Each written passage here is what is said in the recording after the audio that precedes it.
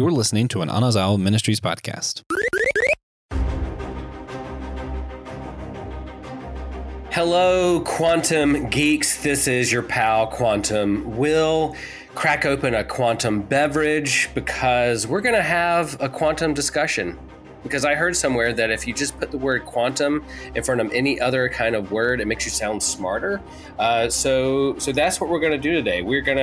I'm here with a couple quantum buddies, and we're going to talk exclusively about Ant-Man Quantum Mania. This is a What's New episode, and what's new is Marvel Phase 5 with this movie that, like it is with a lot of things in this world these days, it's a little divisive. And there's people who have feelings about this thing, whether it's good or whether it's bad. We know that it's been out about a week or so, and a couple of us here on this episode have seen it. The other doesn't mind that it's getting spoiled for him and just wants to talk about it with us, just wants to hang out and geek out with us, because that's what we do here on Systematic Geekology. We get friends together and we geek out. So welcome to the episode. Let's talk Ant-Man Quantum Mania. David, how are you doing today? Quantum, what's up, y'all? I'm doing pretty good. Man, you sound so smart. You sound brilliant. That's so good. Thank you. So good. Yeah. TJ, how about you? How are you feeling? Quantum. He's feeling the quantum today, and I'll share that I sound a little nasally. I've been bit by a quantum virus from a different multiverse, and there's a variant of Will that you're hearing today that sounds more deep in a radio voice because he's a little nasally. The COVID monster got him. I'm feeling okay. A little bummed that it's messing up my week and some of my activities and things planned for church and the start of a new liturgical season, but thankful for a great staff and great friends and a great community who are there to support me. So let's jump into it. David, Ant-Man is the third one. They made 3 Ant-Man movies, and so this is the third one. Quantumania has opened up a whole new phase for Marvel.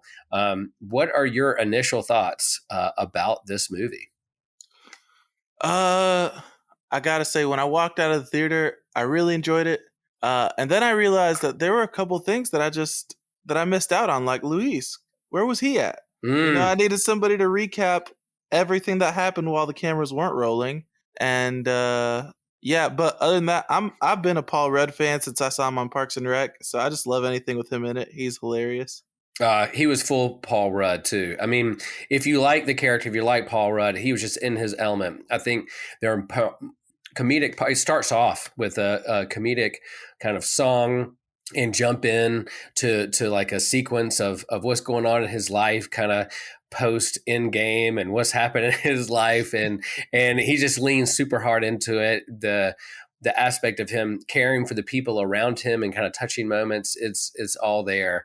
So yeah, if you're a Paul Rudd fan, I don't see how he can disappoint you in this particular movie this go around. I came hoping for like a science class on quantum mechanics and quantum physics, and I learned a lot. I feel like I got all I needed to understand the quantum realm. And if I ever get trapped in the quantum realm, I'll know exactly what to do and how to handle myself, because that's what I went into this movie prepared to learn about.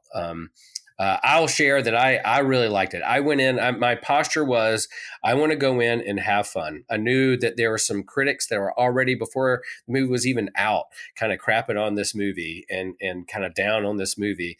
And I just made up my mind, I'm going to go in and have some fun. I know this is the next phase for Marvel, and I'm really hopeful for it and looking forward to it. And I had fun. Was it a perfect movie? Is it going to win any Oscars? No.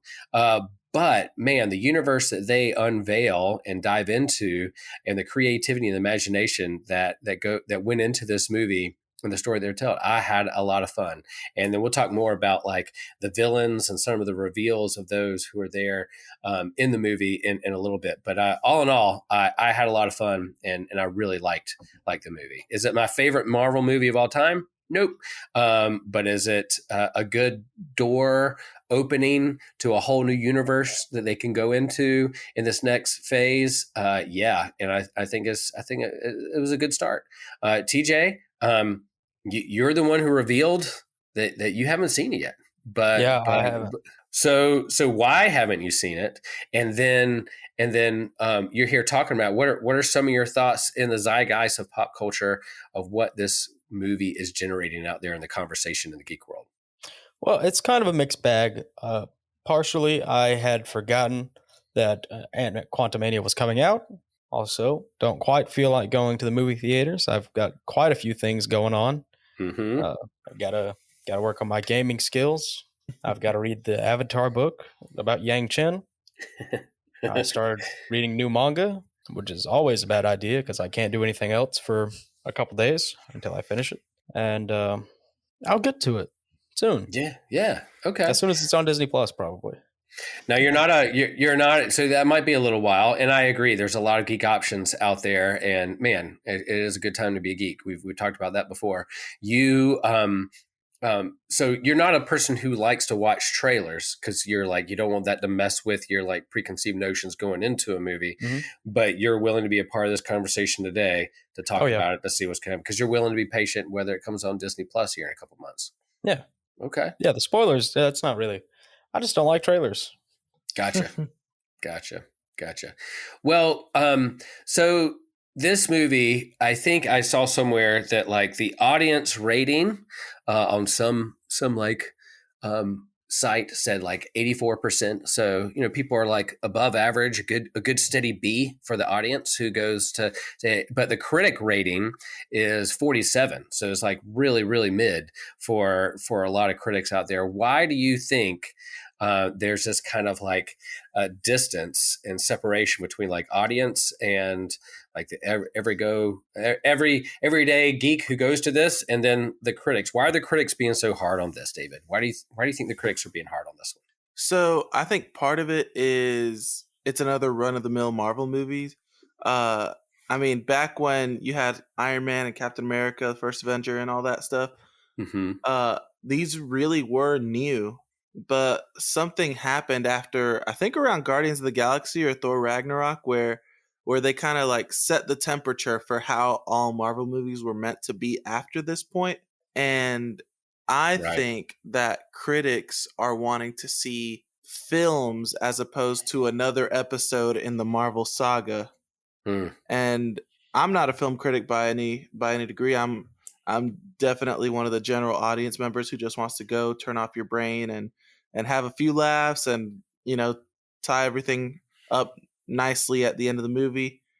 But so I enjoyed it. I was able to just shut off my brain. But I can imagine why it would be frustrating for film critics to see this and not be able to tell the difference between this and the first Ant-Man or the fourth Thor movie or whatever. Yeah. Very, very good point. TJ, what do you think? What is this kind of polarization between like the audience, the everyday geek, and the critics? So I think it's something we see kind of a lot is the critic score and the audience score being vastly different. And it's because critics don't watch movies for the same reason a lot of people watch movies. I watch movies to have a good time. Critics watch movies because they're getting paid to tell people if it's good or not. Right.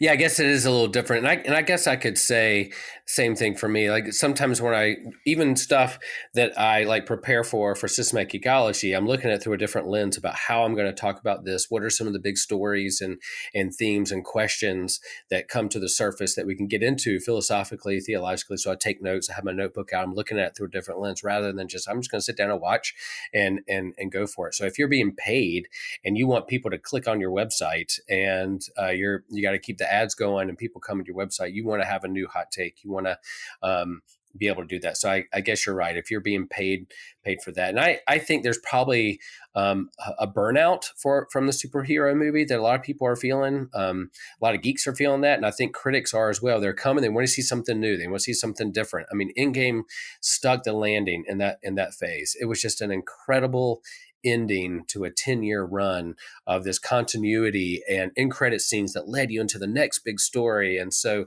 after that, what do you do next? And then we had the pandemic hit, and there's a phase 4 was a little kind of all over the place.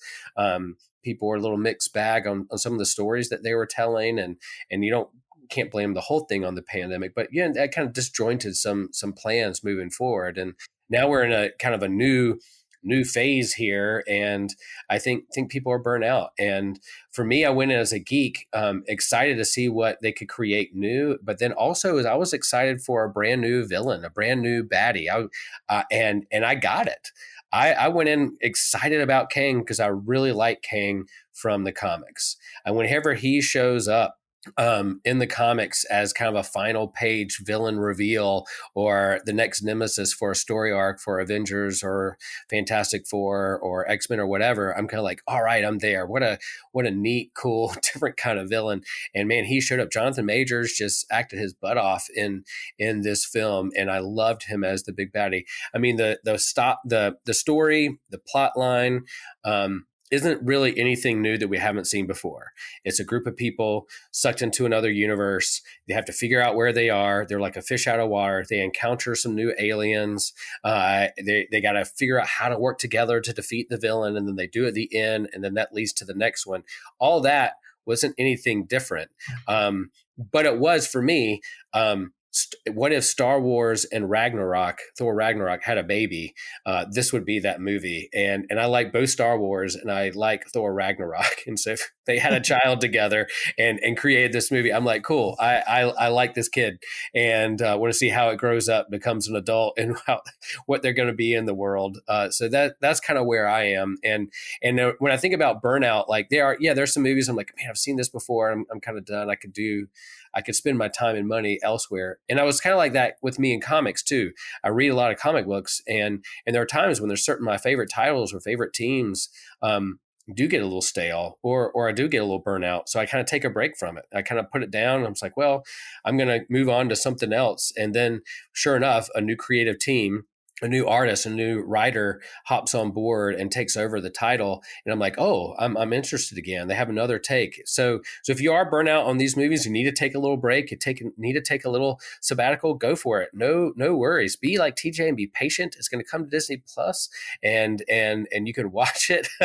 So there's no shame in that either. But that's kind of where I am when it comes to like the critics and where I am with this movie. So with the movie, I kind of see the divide.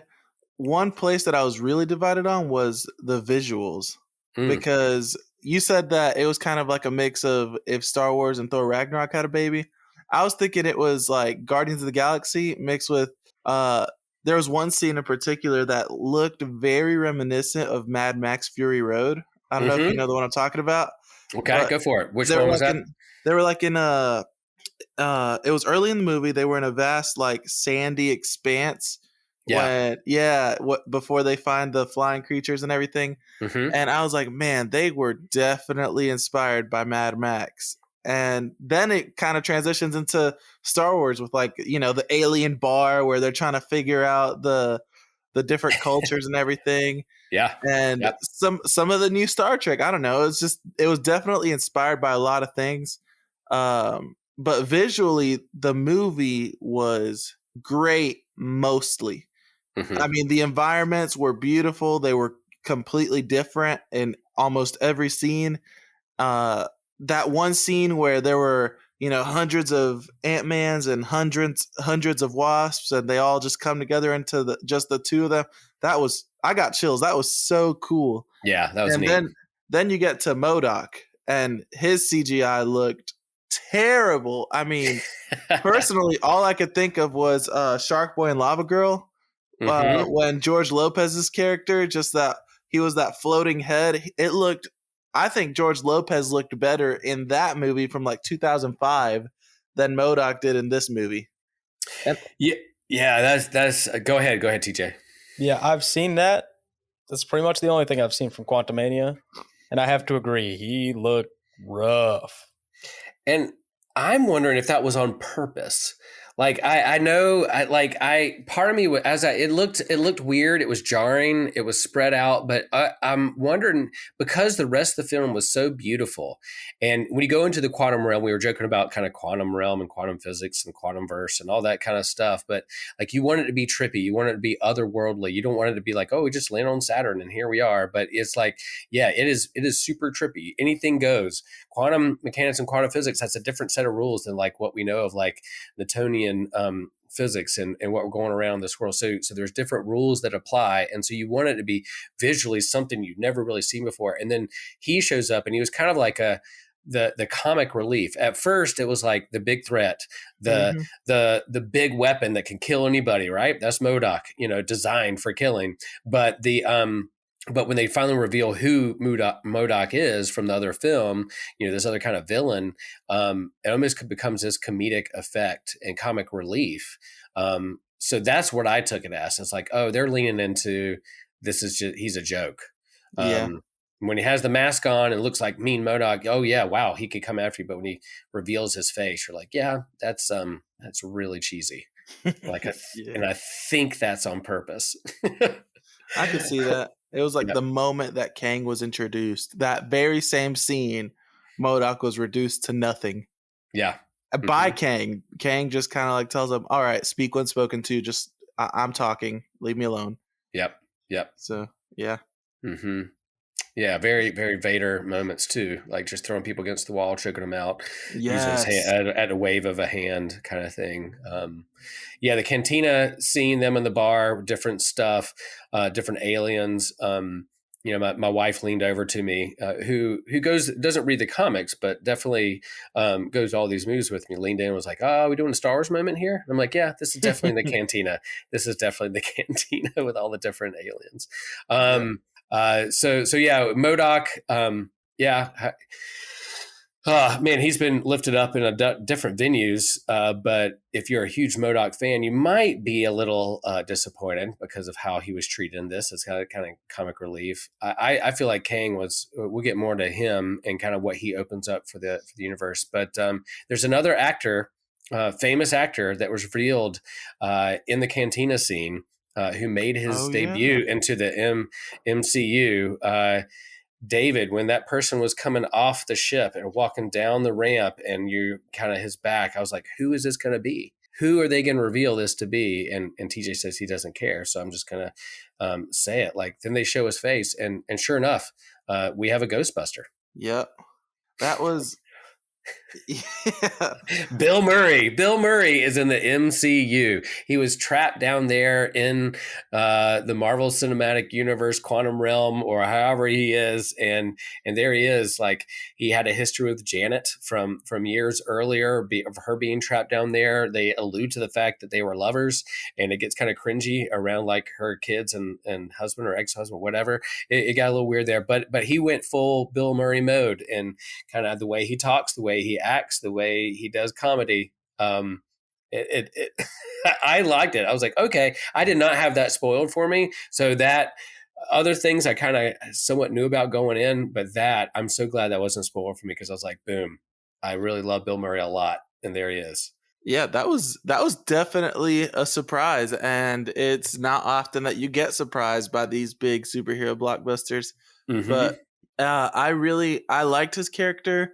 For the most part, he kind of, plays his role well, and his role isn't to be the most likable character. So when I did get annoyed, it was probably by design.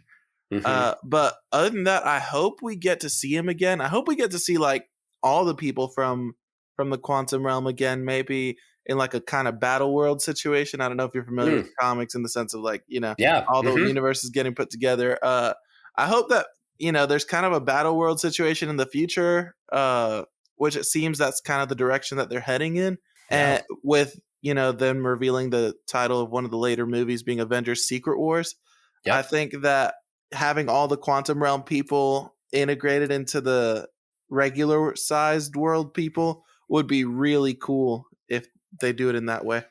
Yeah, I agree. I think, a big crossover event from when I was a kid was Marvel Secret Wars, and they've redone that a couple of times, and revisited it. And so them leading down to that road down, I think when you can do these big grand universe things and quantumverse things and different, aliens and characters and variants of characters, really you're kind of just throwing everything at the wall to see what sticks, and hopefully the ones that are most popular or people really gravitate to, those are the ones that you kind of bring back, into to the forefront. And I think Bill Murray, who knows if he will emerge again, or a different variant of him will emerge again. It was almost similar to, like, I don't know if you see like the first Space Jam, like him, like, maybe I can help, as he rolls out, like he rolls Yep. out of the ship and he's like, maybe I can help. And the fact that, like, Thor, and the reason that I like Thor Ragnarok comes to mind is because you have this kind of weird aliens and weird world, and you're trying to figure out the different ways that, like,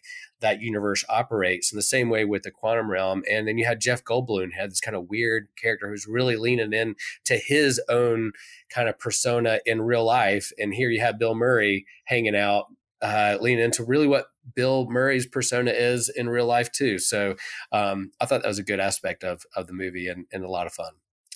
All right, let's talk about Kang a minute. What do you feel about as him being the next big kind of villain for the MCU? He was revealed in the first season of Loki on Disney Plus as the he who remains, and they're warning, if you get rid of me, you're going to unleash all these other variants out there, and I'm not the worst one. There are people out there worse than me, and so. Here he is. He shows up in this movie, and boy, does he show up in this movie a lot. He's the next one, and the big threat that everybody's scared of. And then the end credit scene is really just him revealing how many variants there are of him that are out there. So if you get rid of one, man, you got literally like an endless amount of Kangs that you're going to have to deal with. How did he shape up as a villain for you, David? I think that they picked the perfect actor for it. Jonathan Majors I didn't know him before Loki, and the guy has some range. Even in this movie, just in that short, probably 5-minute scene at the very end or the end credit scene with all the different versions of him, he's got some range. And so if he is going to be the next big bad, and he's going to be showing up, with his fingers in every little pot, I think that they picked a really good actor for it, and I'm excited to see where they take it. I really hope that we get to see some good Kangs among the bad, like with Iron Lad, and yeah, I think it's gonna be really exciting to see it, especially if they lean into the more craziness of the comics, where they could pick it. I think Kang's going to be really interesting for Phase 5. Because he's not like the same scale per se as we've had for so long. But he's still definitely a problem. Yeah. I mean, Thanos has the Infinity Gauntlet, and he can control all space and reality, and he's so strong he can take out Hulk with a punch, But Kang is even if you get like a weak Kang, or you can take down one, there might be like a variant behind him that's like totally different that you have to figure out. And David, I'm glad you brought up Iron Lad. They definitely have the opportunity within what they're doing with the Marvel TV shows and Disney Plus about setting up the Young Avengers with these kind of younger next generation of the heroes that are versions of their either parent or one who came before him. And Iron Lad, that was a big reveal in that comic that Iron Lad was this person dressed up in an Iron Man suit, and you really didn't know who it was. He's just kind of a king, but it was another version of Kang from a different universe who decided to not be like all the other Kangs and wanted to be a hero. Yep. And so that, I love that. I didn't even think about Iron Lad until you brought it up and reminded me. That's so good. That's a good series. If you want to read a good Avengers story, read that first initial run of Young Avengers, and those characters there. You got Cassie Lang, you got others in there that are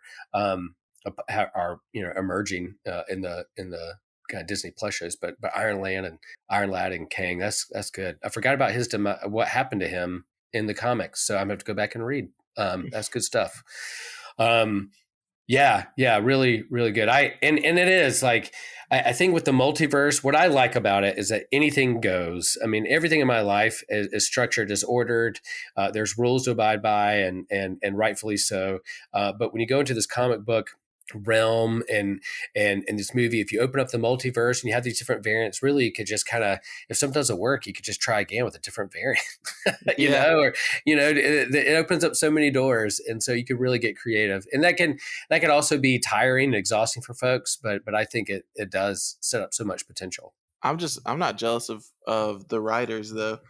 I mean, Ah, writing that creatively, and that was, I think, one of the issues with me in the movie was that it was very creative and then also at the same time creatively bankrupt. Like they would set up these crazy scenarios where, Kang really messed them up or they're really in trouble now. And mhm, then not even 2 seconds later, it just solved itself. Like, oh, the ants just figured it out, or right. oh, we're just, everyone just it fixed itself. And so that I think that might be a potential pitfall that the writers could fall into in the next phase of the Marvel movies and TV shows and everything, is that they set up these grandiose adventures, but they're gonna have to find a grandiose way to end them.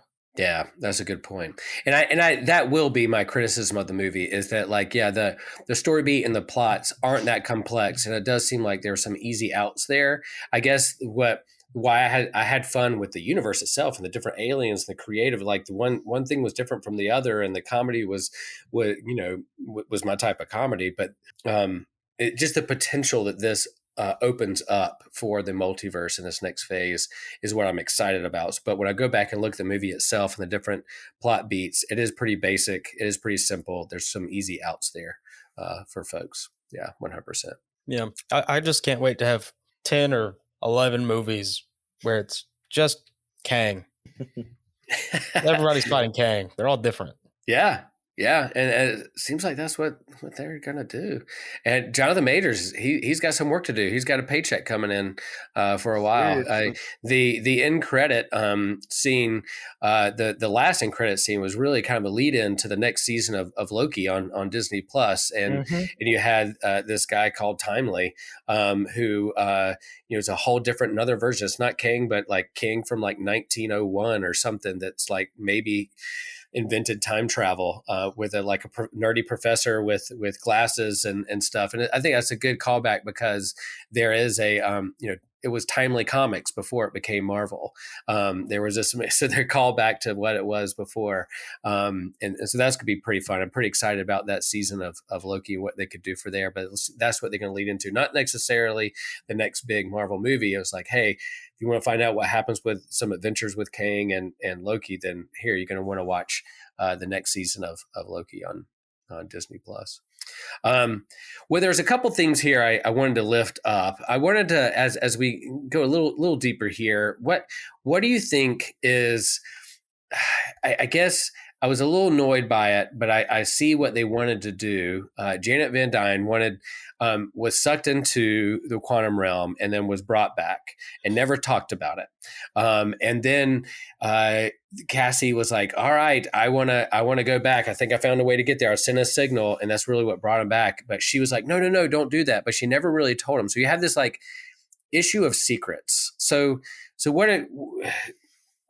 do you think is going on here with this of keeping secrets? This whole movie wouldn't have happened if Janet had just kind of like told them. Really, would they have gone down that route, or should she have kept secrets? How dangerous are secrets? Should we keep secrets? What does that do to our trust and relationships and communities? What do you see there when it comes to like her keeping secrets and really stringing people along with that? Personally, it was really frustrating. Mm-hmm. I was very, very frustrated. I went and watched it with my wife and a couple of our friends. And I remember we walked out and the first thing she said is, "I love that movie, but Janet was the most annoying character put to screen." Yeah. And that's just because secrets generally are just harmful. And yeah. I understand there's traumatic experiences that people don't always want to talk about, right? I get that. But that's 30 something years of crazy experiences where she lived a whole nother life, got to experience completely new cultures, and she didn't want to talk about any of it. Even if it's to say, yeah, it's there, but there's something so dangerous there that I'm not ready to talk about yet. Just please stay away from it. She could have just, even that. I know. I was like, these people love you enough that if you look at them in the eyes and make eye contact and say, you know what, this is dangerous. I had some really traumatic experiences there, and there's a dangerous villain there. We just got finished with, Thanos. There's one of like his caliber that I don't want to talk about right now, but let's not deal with that because there's something there. I think they would have trusted her and said like, okay, yeah, you come when you're ready. We'll listen to you. I feel like if she would have just been honest with them and made eye contact, said, I don't want to talk about all of it, but this is just something that I need to let you know of why not to go down this literally rabbit hole into a different universe. I feel like they would have listened to her. Yeah. Oh, a wise man once said, secrets are no fun. Secrets hurt someone. It applies very much in this scenario. 100%. And again, yeah, when you're getting to know somebody, like you have to build that trust. You have to build that friendship. Like I like David likes me, but we don't know like really well. And I'm not going to tell my whole life story of like vulnerable things within me and my life and my life journey until like we build trust with one another. And then we can like show more of our cards and get to know each other and trust each other that way. And I feel like, so it's not necessarily you have to immediately meet somebody and tell them your whole like life story. But if there's something going on that is going to affect like the whole universe or the world or your relationships, secrets are only going to do more damage than if you're being honest with somebody. Yeah.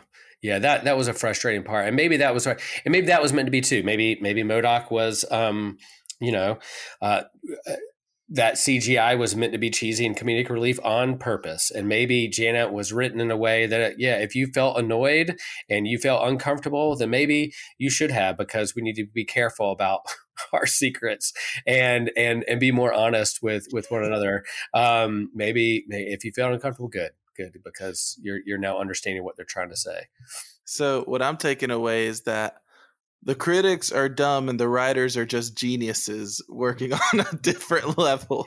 They're not overworking the CGI department. They're purposely making it bad. Mm-hmm, mm-hmm. That's the positive spin that Quantum Will is putting on this thing. If they're listening to this, you're like, yeah, that's what we meant. That's what we meant to do. We did that on purpose. Oh, Janet was a little annoyed. Yeah. That's why, of course, you were supposed to feel that way. Yeah. Well, it didn't look that bad until everybody watched the movie. That's a quantum mechanics joke. Yeah, there you go. That's it. I like it. Spooky action at a distance, right there. Not until it was watched did it react.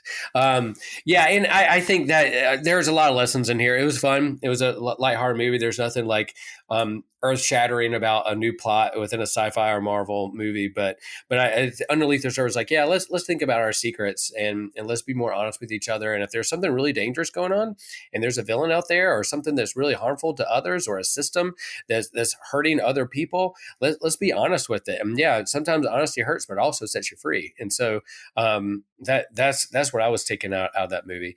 There's one other thing in there that kind of grabbed my attention too. Is you notice that the tone at the beginning of the movie was Scott Lang skipping down the street, welcome back. He's giving people high fives and thumbs up, and the coffee guy thinks he's Spider-Man. He's like, whatever, that's cool. I'm cool with myself. I know who I am, and does that. But at the end of the movie, that happens again. Hey, everything's resolved. He's skipping down the street, and he's like, yeah, welcome back. Everything's cool. We defeated the villain. But then he kind of cuts to his inner monologue. He's like, everything's okay, right?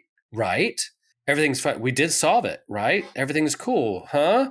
And he's very insecure. He's like, maybe not. And so what did you think of the different tone between the beginning and the end, and him being like second guessing? We solved it, right? No, maybe?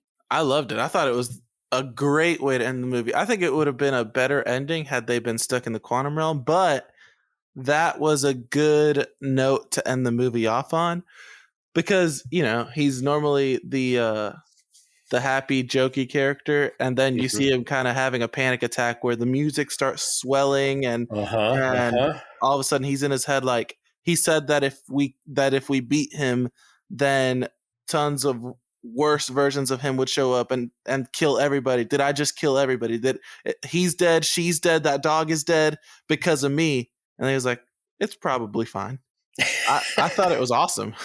I loved it. You're right. You nailed it. Yeah, he was having a panic attack. He was looking at the people around him that he cared about in his daily routine, skipping through the sidewalk and seeing the people he sees every day. And he was like, maybe they're not okay because I didn't necessarily do what I was supposed to do, or I've unleashed Kang on this universe. Maybe, and then you see the mid-credit scene where no, we're not going to be okay. There's a lot of variance out there, and I took that to heart too, because I'm like, here we are in this kind of post-pandemic world, and we're kind of like, everything's okay, right? Everything's fine. We're good. We're back to normal, right? Everything's cool. And then here I'm sitting here with COVID today, and we're still wrestling with supply chain issues or environmental issues or political divisions. Not everything's okay. Yeah, I'm glad some things are back to normal. I'm glad I was able to see a concert last week with my family. That's probably where I got COVID. So we still need to be vigilant. There's still some things we need to work on. What we're called to do to take care of our world and our relationships isn't over yet. Everything's not all right. And there's pessimistic quantum will for everyone. Any other themes there, folks, of the movie that brought to light, or any questions or things brought to the surface? There is a quantum, not quantum, a particle physicist who's in my congregation who I was able to go with him and visit CERN over in Switzerland when I was on sabbatical, and he was on the team that discovered the Higgs boson particle, and he's smashing particles together and literally kind of unveiling the very fabric of the universe, what it's built upon, and what he's learning. What an incredible guy and a person of faith as well. And what he's still. I mean, he's retired from Duke, but he's still working at CERN, and he said there's some big things coming down the road that's going to upend what we understand about the standard model of physics. So they're still discovering new things. And so that whole realm of physics and the quantum realm and what we are going to learn about not just the vastness of our universe with the James Webb telescope, but also the smallest of the small is still being learned and still being unveiled for us.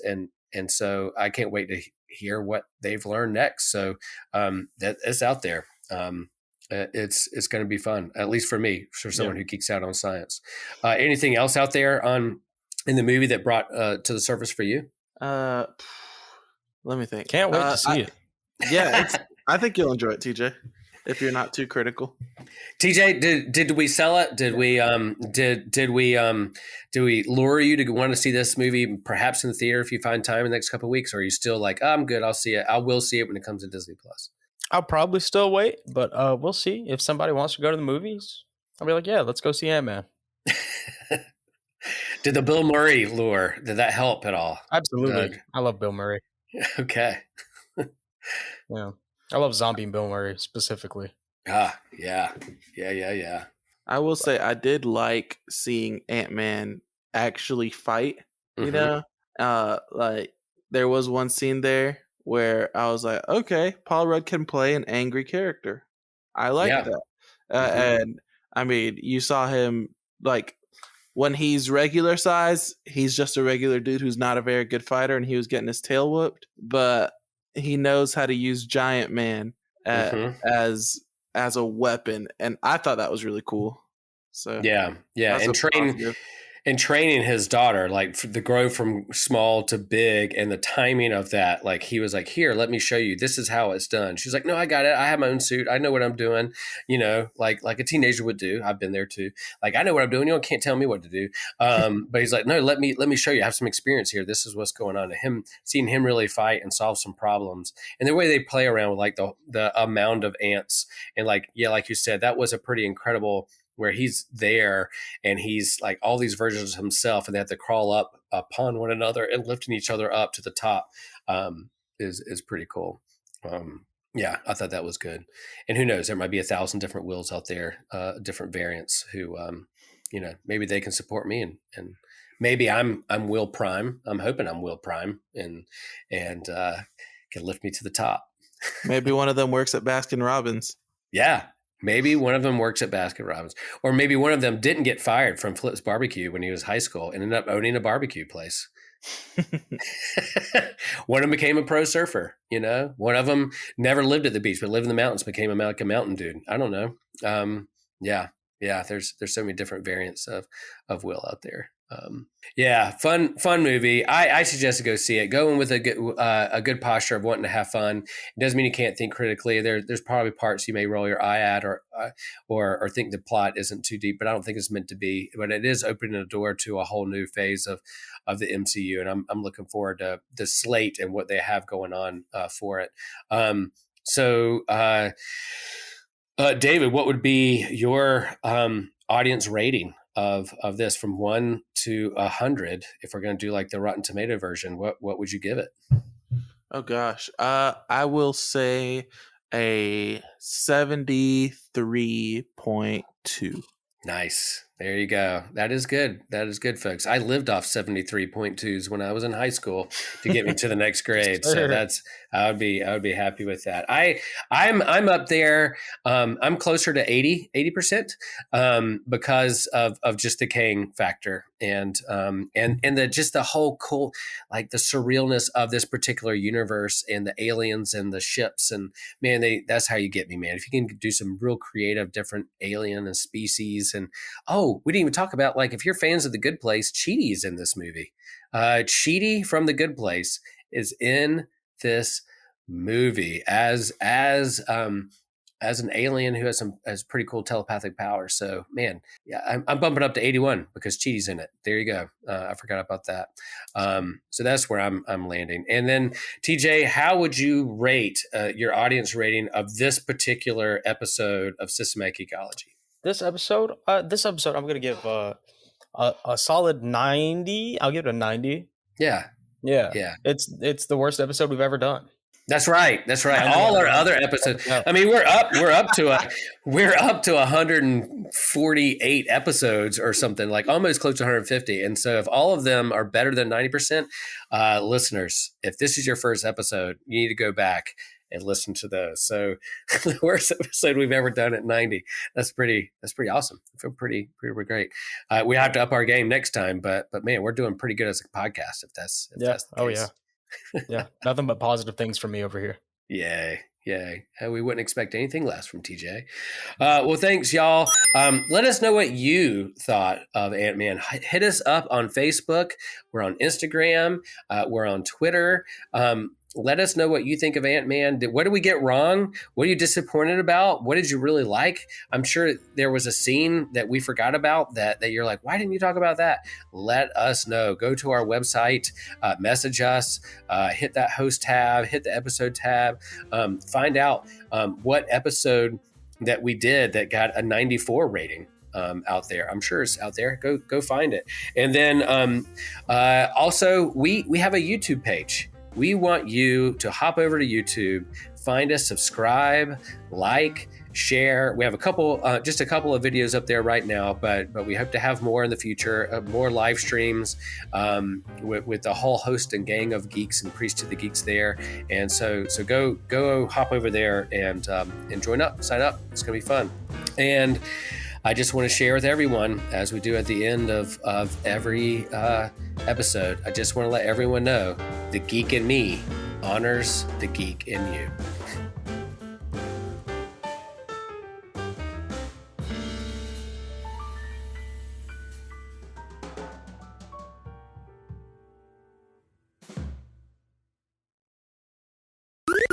This was an Anazao Ministries podcast. If you enjoyed this show and would like to learn more about our network, be sure to check out the Anazao Ministries Podcast Network.